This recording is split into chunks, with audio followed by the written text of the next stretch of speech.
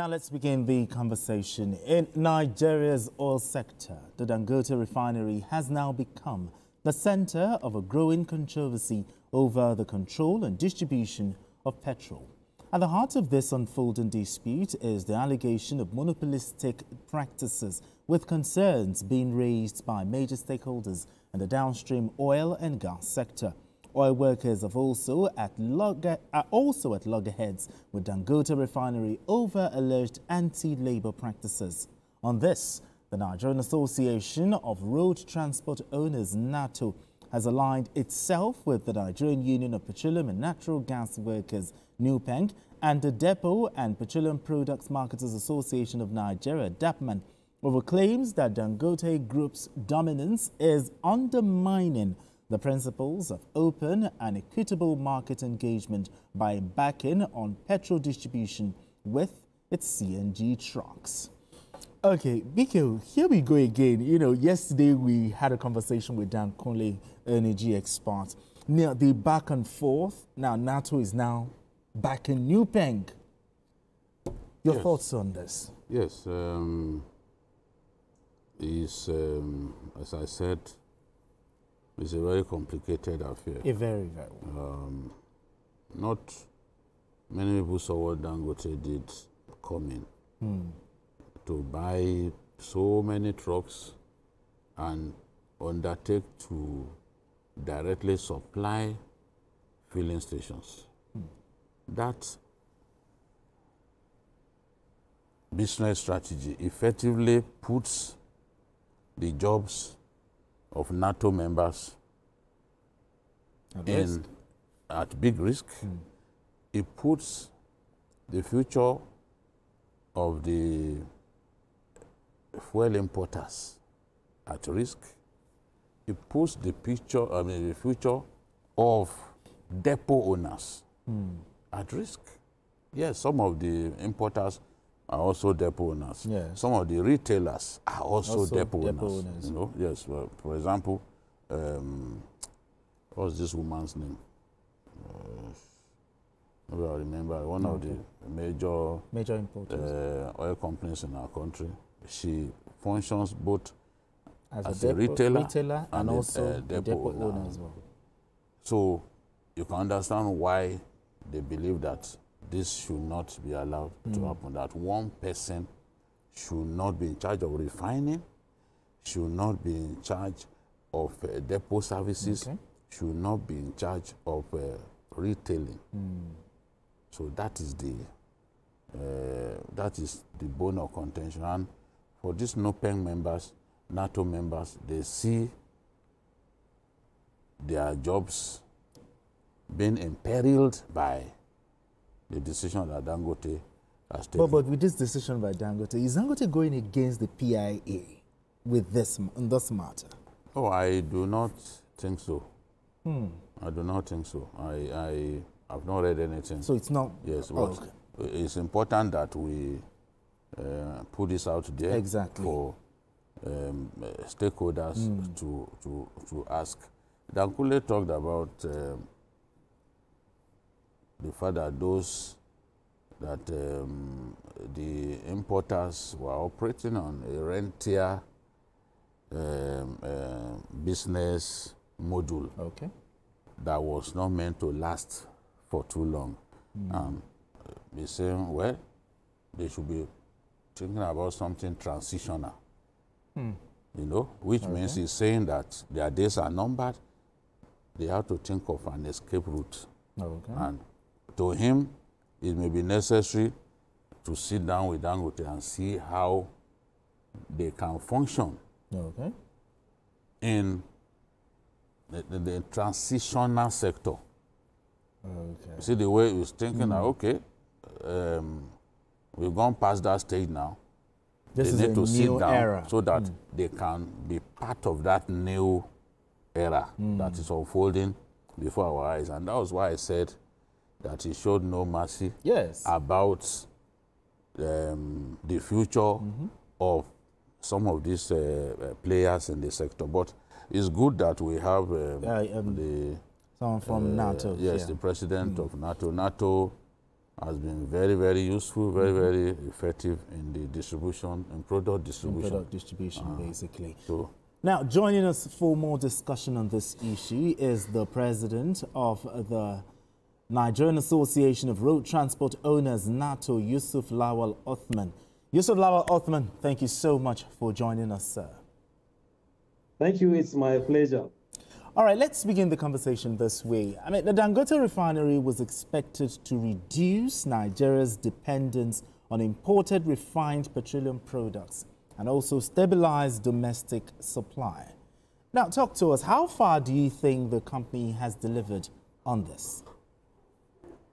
Well, thank you so much for the opportunity. Dangote Refinery is a welcome development to Nigeria, Africa, and the world. But having the refinery is one thing, and the Nigerian market is another thing. That is not Dangote Refinery belongs to Dangote and his family. Although it brings succor to Nigeria and Nigerians in terms of the supply of petroleum products. I want you to look at the PIA Act. In the Nigerian downstream sector today, we have upstream, midstream, downstream. Upstream as crude oil. Once crude oil comes out, it comes to downstream. Downstream is the issue of refining. Dangote Refinery is in the downstream sector. Midstream sector. It's not in the downstream. The distribution of petroleum product marketing and retailing is in the downstream. The PI Act is very clear. You cannot cross carpet from midstream to downstream without licensing, without necessary approval. And if you want to do that, it has to be arm's length. As at today, the act of Dangote Refinery is an illegal act if you go through section 212 of the PIA Act. So if operation of this magnitude and is happening against the laws of the country, that is unfortunate. Now, it's one thing to do a refinery, which is a very good development for all of us. We are all very happy. It's another thing to enter Nigerian market. Nigerian market already has its players, whether so. Influence question we're talking of today, tomorrow, and next tomorrow. And we are governed by the laws of the land. Now, we have the largest refinery in Africa, or even in the world, saying that I want to distribute petroleum products into the downstream. And is not licensed to do that for now. And if he wants to do that, he does not want anybody to get involved. Those that are here before now, he will not patronize them. He will not allow them to be patronized based on his conditions. He would like to do it himself. He has his own trucks. It has to do his own depots.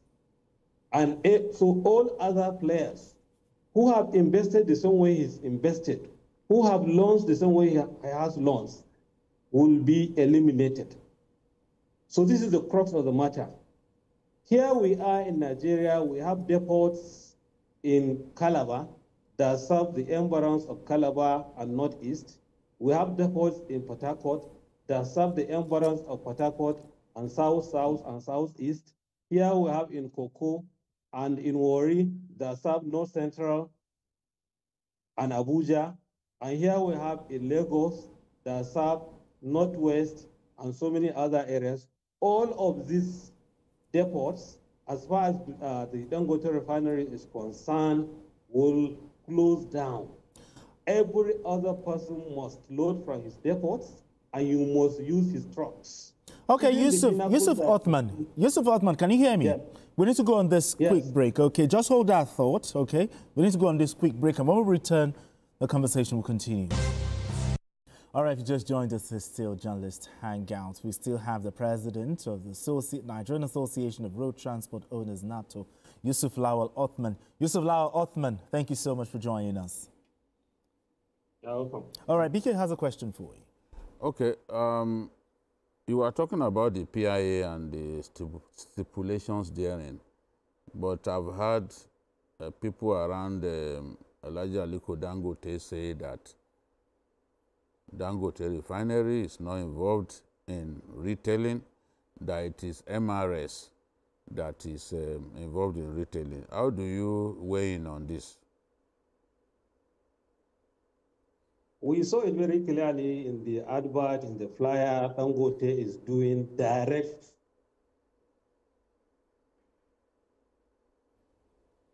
this objection, because what they are doing is act of illegality. They move to MRS. Even the MRS, what we are saying, according to the act, it has to be arm length.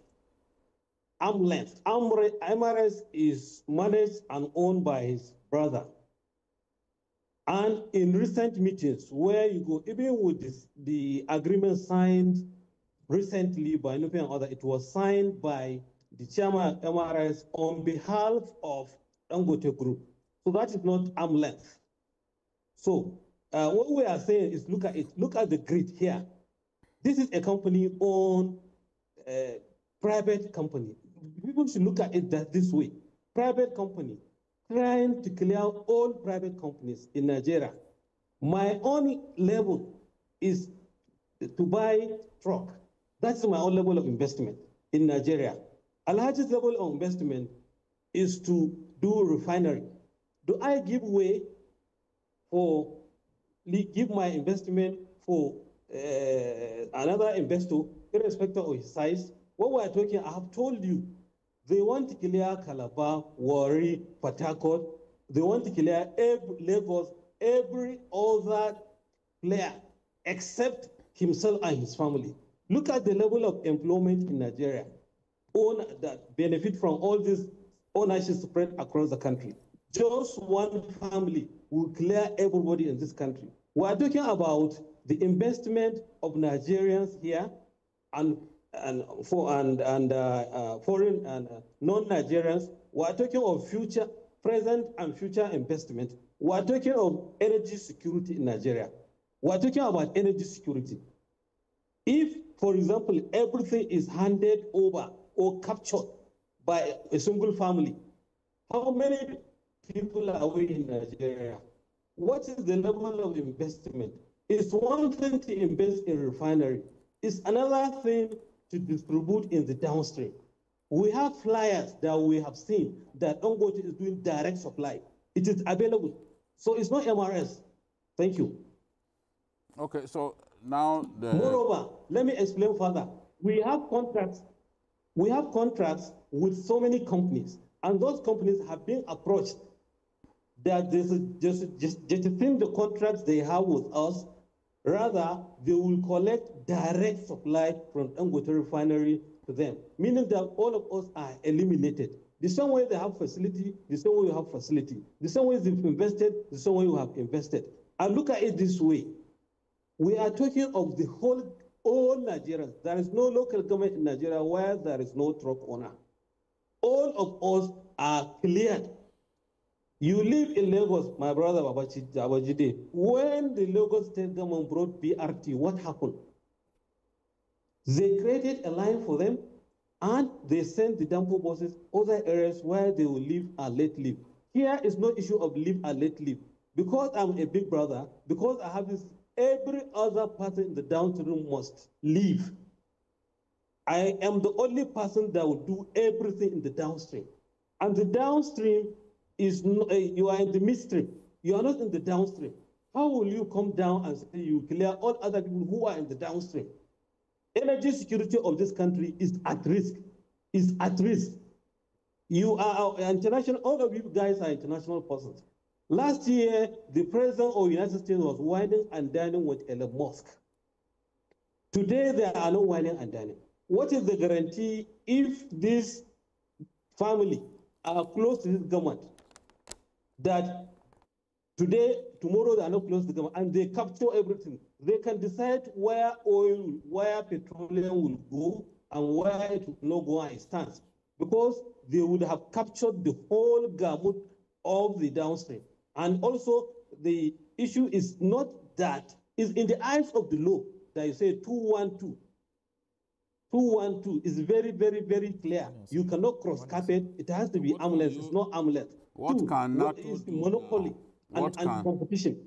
What can NATO do now? Because there was a court order telling NUPENG and truck owners not to do anything to stop the Dangote Refinery from operating. The order also says that they must not block the roads, meaning that they cannot protest the way people would like to protest when they see some infractions taking place in the oil sector.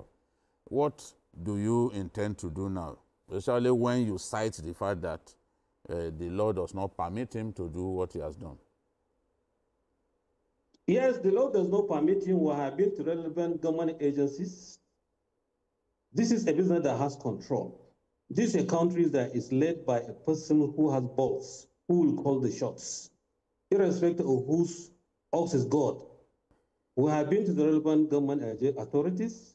We have told them this is an act of illegality, and we believe necessary action will be taken. At the same time, let me inform you what we can do. We do not block road. We do not tell anybody to block road. But as at today in Nigeria, fuel is distributed 100% by NATO members. Therefore, if for any reason Al-Haji decides to do act of illegality just by virtue of his strength and by virtue of the fact that he has built a refinery, which is good for us and for everybody, what we will do, all other members will park their trucks because we can't do it free. Since he can do it free by virtue of his corner of scale, by virtue of monopoly he wants to establish, and the anti-competition activities, we will tell all others to park because we can't do free. Any other person who feels he can do free business, he can go ahead. And let us see whether this act of illegality can serve the country. But I believe we have... Given the number of trucks that he has procured, do you think that even if you people refuse to roll out your trucks and you leave him alone, do you think it will hurt Dangote? No, Dangote doesn't want, we do not want to hurt Dangote, God forbid. Dangote, we just want him to reason. One, what he's doing is act of illegality. Two, he wants to kill all other investors in the industry. I don't know whether he cares, but I know government cares. Government cares about small and medium enterprises. Government cares about local investors. Government cares about energy security. At the same time, you know, every act in this country is being governed. This sector is not a cement sector. It's a petroleum sector that is governed by certain rules and regulations. And every player, big or small, must follow these regulations. Except if somebody wants to do act of illegality, then he will face the full wrath of the law. No, it's, you keep saying that Dangote has done something illegal. Don't you think that at this time that there is a need for you people to come together and see how you can resolve this matter amicably?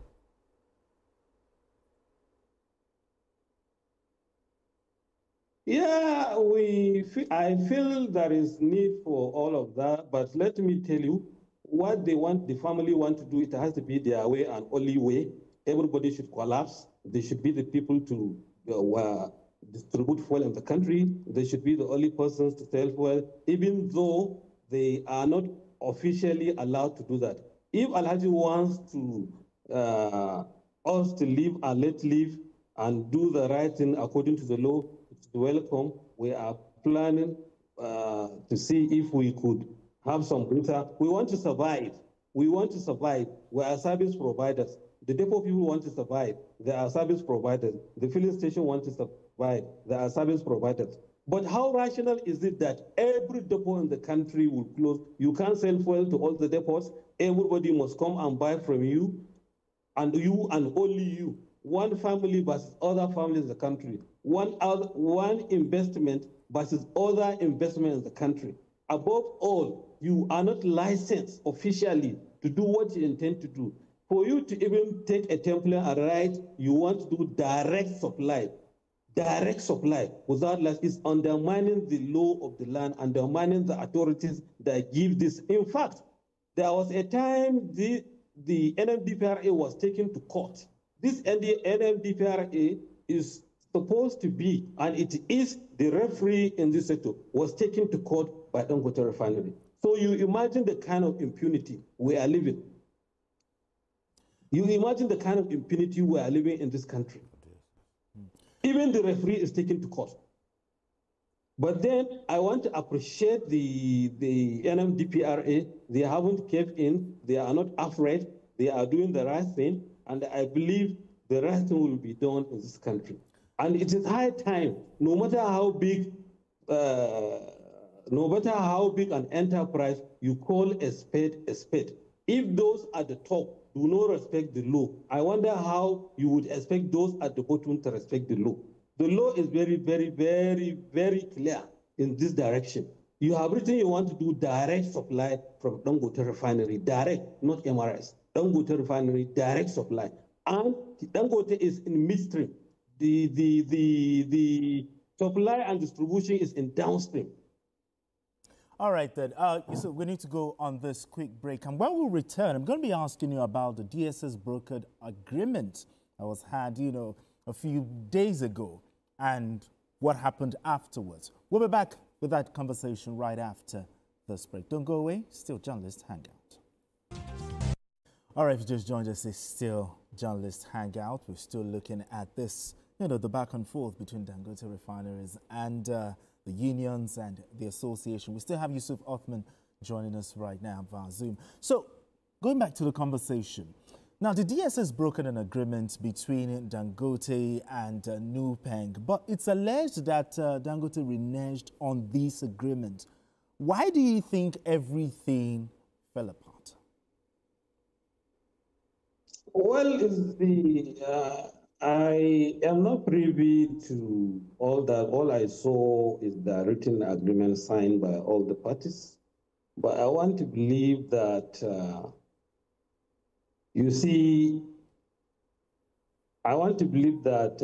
there is need for all of us to respect this country and to respect the officials of the country, irrespective of the size of your pocket. Irrespective of one side of the pocket, you should respect the country and respect the laws of the country.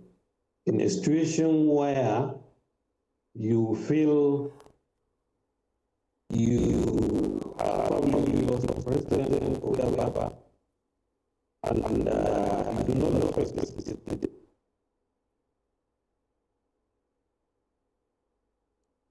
Okay. Okay, I think we're having network issues. Okay, so while we wait for, that to be sorted out, but he has said that Dangote is contravening the PIA. And I love that question you asked, that he's not a retailer in this regard. But so far, in everything he's said, what are your takeaways? Well, so as I've said, this is a battle for survival.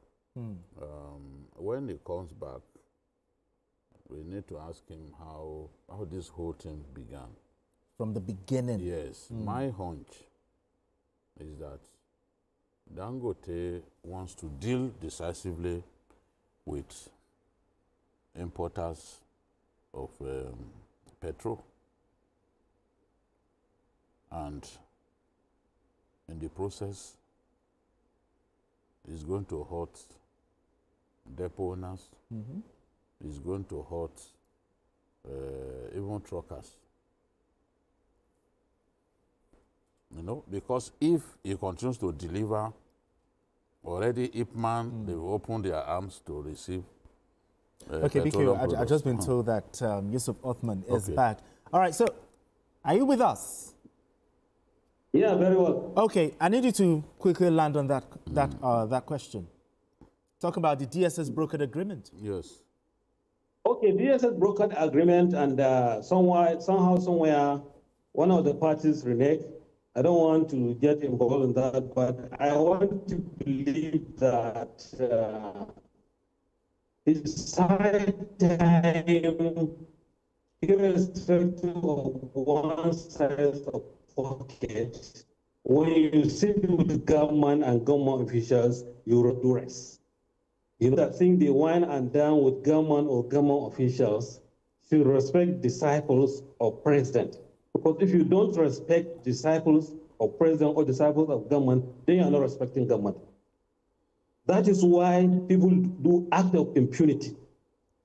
It still baffles me how the fact that you build a refinery, which is a good development for everyone. But don't forget, dry refinery belongs to a family, and all other family investments should collapse and give you way to do every gamut in Nigeria. One person, one family, clear all other families. Yes, I have never seen this thing in Nigeria. In Nigeria, how would you expect every depot? Let's explore. Ajay Othman, because you said these things earlier. So there are other things that we want to talk to you about. Okay. How did this whole fight begin?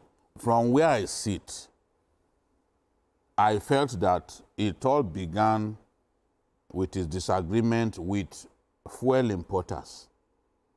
He felt that since he has a refinery with a capacity of 650,000 barrels a day, more than our daily consumption level, he felt that importation should be discouraged, and those who are into importing should come and buy from him. He also felt that by not buying from him and buying cheaper petroleum products, I mean, from WTI, from Russian crude and other, he felt that that way they will be undercutting his business, and his business could end up dying. I felt that the conflict was between him and those marketers. And in his attempt to punish those marketers, truckers are now also in danger, and retailers are also in danger. So I want you to explain in your view how this whole thing began, this whole conflict. Okay, thank you so much. Thank you so much. You see, it's good for Nigerians to know we are players, we are operators. I am an operator, and I will later on tell you about CNG truck. I have CNG trucks. See, the 650,000 they are talking about, it's one thing to have the capacity. It's another thing to operate at the level of information available from NMDPRA suggests that the average daily production. Oh, God. We're having network challenges here. I mean, okay, while we wait for the engineers to sort that out, I like that question. We need to know from where it started, where the conflict started. Yes. You know, but he's talking about he was going to tell us the present production level of the Dangote Refinery. It has an installed capacity of 650,000. Okay. It has an installed capacity of 650,000 barrels a day, which is above our consumption level daily. Yes, as a country. But he's saying that the facts from the regulator, the NMDPRA, points to the contrary. But we didn't really hear what okay, we've got to tell that he's back. Saying. We need to go back. Yeah, you were going to say something about the present production level of the Dangote Refinery based on facts, according to you, from the NMDPRA. Can you continue? And are these facts verifiable? Yes, NMDPRA, according to what NMDPRA said, not me, what I heard from them, the average daily consumption is 50 million. Yes. The average production for now is 20 million. So there is a gap. Production by Dangote. And these importers, they are not the people that... Are you saying Dangote does not produce at installed capacity of his refinery? Is that what you are saying? I cannot speak for his refinery, but what I'm saying is that the NMDPRA states very clearly, average daily production is 20 million and average daily consumption is 50 million. So there is a gap. And that gap has to be bridged. So that is why they are bridging it. Now, for a refiner to come and say he wants to punish somebody in the downstream because he didn't do his bidding, that refiner is not government. He's a player in the PIA just like other players. If I don't do your term, I don't have to be punished and punish other persons. Then that person becomes government. That is what we are trying to see. Monopoly and Anti-Competition Act. Only government can do that. We are all players in the downstream. And because we are all players, one, we have to play by the rules. Two, we have to be competitive. And given the antecedents of one of the players, generally people are concerned. But irrespective of that, we are talking about how many number of employees do you have in all the depots across the country with dependents across the country? How many number of employees do you have for truck owners and their dependents across in collapsing? People will not accept it. And I'm sure our government of Nigeria, especially of today, will not accept it. All right, you keep talking about what they consume. So the margin that people envisage, people consume. So the margin that people envisage, people say is available. Yes, it's clean energy, but the difference between diesel in terms of operational cost and the CNG is not as much as propagated, because recently the CNG have increased prices. All right, just as a final question, I mean, the back and forth between the unions, the associations, NUPENG, DAPPMAN, with Dangote, what does this say about the business climate in Nigeria? Just as a final question from me.